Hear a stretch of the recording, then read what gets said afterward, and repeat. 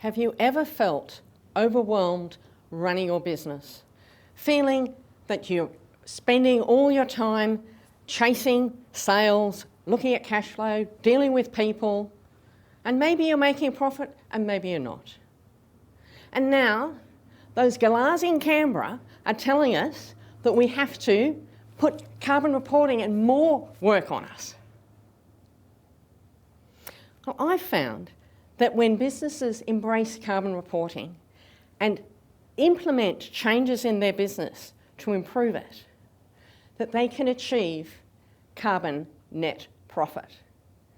By implementing changes, it actually saves costs and reduces their increases their cash flow, increases the profit, and is a better business.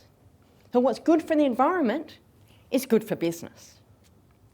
Research shows from the Centre for Global Development that Australia is ranked 38 out of 40 of the richest countries in the world for its environmental footprint.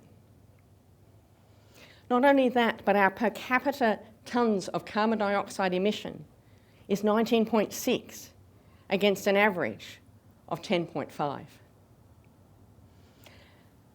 If we can meld carbon reduction strategies into our business, we can improve the environment and have a better business and make more carbon net profit. There was a time back in 2009, in November, I was running an accounting practice, had half a dozen staff, and yes, it was just after the global financial crisis, and if you remember any of that, you all know that was a bit of a tough environmental business time. And I remember sitting in my office, and my office manager came in, and she said to me, "I quit." Now, at that time, my heart sank. I relied on her so much for what she did to help me try and keep the business going. But then she said to me the words I'll never forget. And she said to me, "Amanda, don't replace me. You can't afford to."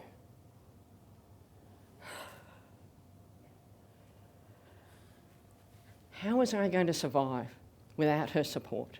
I didn't know how bad our numbers were. I'd spent all my time looking at and dealing with my clients' numbers, making sure their businesses were making profit. I hadn't focused on my own. And I looked at the numbers and they were worse than I thought. And I realised I had to make some very big and drastic decisions in order to improve my cash flow. And I also needed to go home to my husband and tell him that we had to sell the house because I just couldn't afford to pay the mortgage anymore.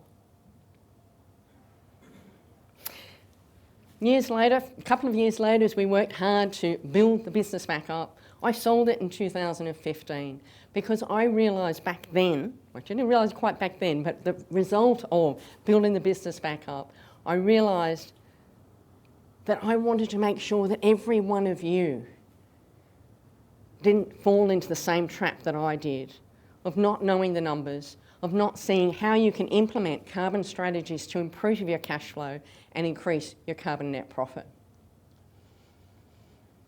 And so I developed a framework that is a 3-step process to work towards carbon net profit.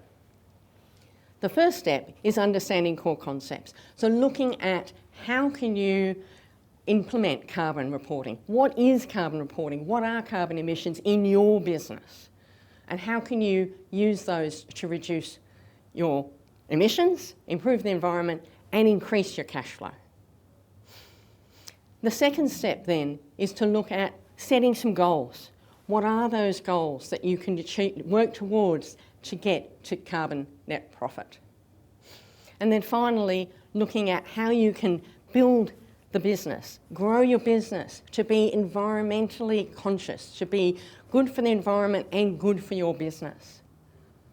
Because it's only when you implement those steps that we as a country and as a whole, and as our business owners, the part we can each play, that we can work towards that global goal of carbon net zero in 2050, and at the same time in our businesses be improving our cash flow and achieving carbon net profit. Thank you.